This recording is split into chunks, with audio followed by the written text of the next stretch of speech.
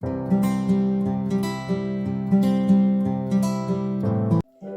les amis, bonjour la famille, bienvenue à notre dévotion hebdomadaire. Je suis très heureuse que vous soyez là, très heureux que vous soyez connectés aujourd'hui. Alors cette semaine, nous allons voir le livre de Jean 15, le verset 1 à 11.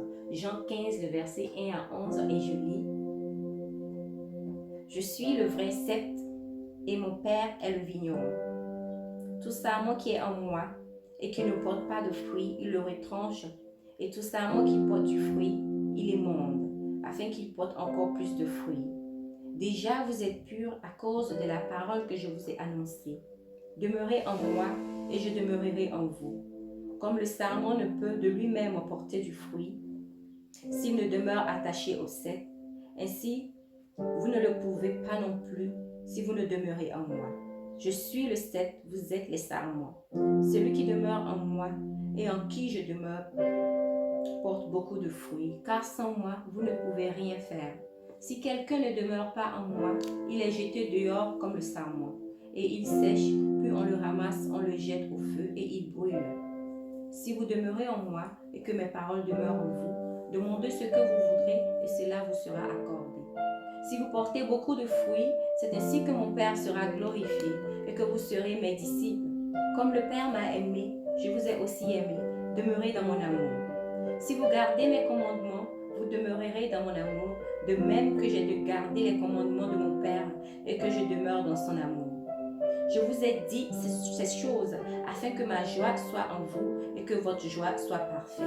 Alors je répète le verset 11. Jésus dit, je vous ai dit ces choses afin que ma joie soit en vous et que votre joie soit parfaite. Alléluia, alléluia, amen. Alors cette semaine, j'ai intitulé notre dévotion hebdomadaire le secret d'une joie parfaite. Parce que Jésus finit ici au verset 11, il dit, je vous ai dit ces choses afin que ma joie soit en vous et que votre joie soit parfaite. C'est quoi ces choses que Jésus-Christ vient de nous dire? Alléluia. Quand vous allez déjà au verset 5, il dit, si vous demeurez en moi et que je demeure en vous, alléluia. Dans d'autres versions, tu entendras, si mes paroles demeurent en vous, alors vous porterez beaucoup de fruits. Alléluia. Il continue encore et se répète au verset 7. Il dit, si vous demeurez en moi et que je demeure en vous, que mes paroles demeurent en vous, alors vous demanderez tout ce que vous désirez et cela vous sera accordé. Alléluia. Alléluia. Vous porterez plus de fruits. De quels fruits parle-t-il? De quels fruits parle-t-il? Quand vous repartez au verset 5, il finit encore ce verset en disant, parce que sans moi, vous ne pouvez rien faire. Est-ce qu'il parle de toutes ces choses du monde, les choses matérielles, le travail, les enfants, le mariage? Je ne pense pas, parce que les gens qui sont dans le monde ont déjà toutes ces choses.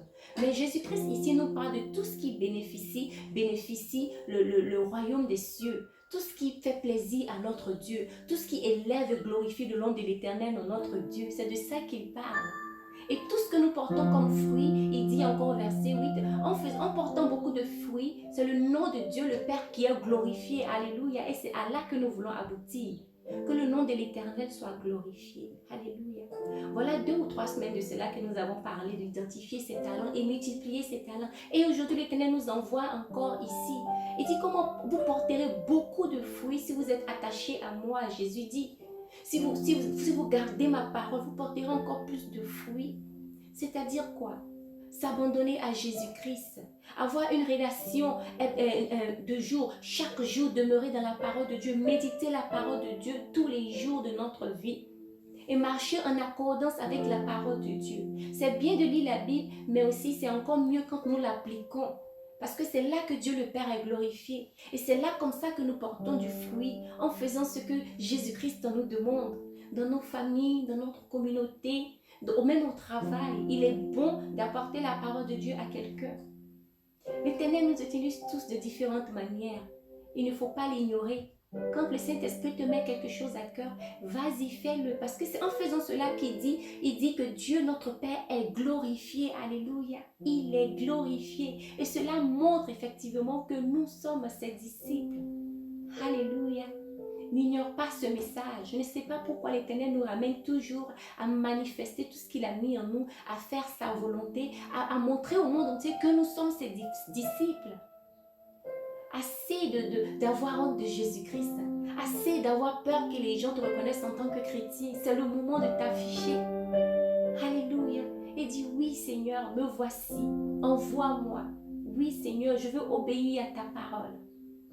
Alors cette semaine, j'aimerais que tu parles à ton Père.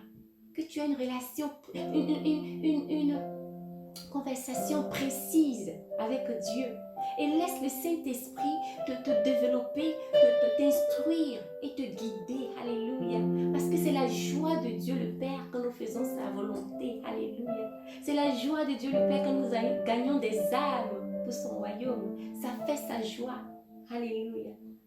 Vraiment, si tu as été béni cette semaine par cette parole, ne la garde pas pour toi. Partage-la. Aime et abonne-toi à notre chaîne, comme ça tu ne manqueras aucune de nos émissions. Que l'Éternel te bénisse abondamment et je te revois encore la semaine prochaine. Bonne semaine et au revoir.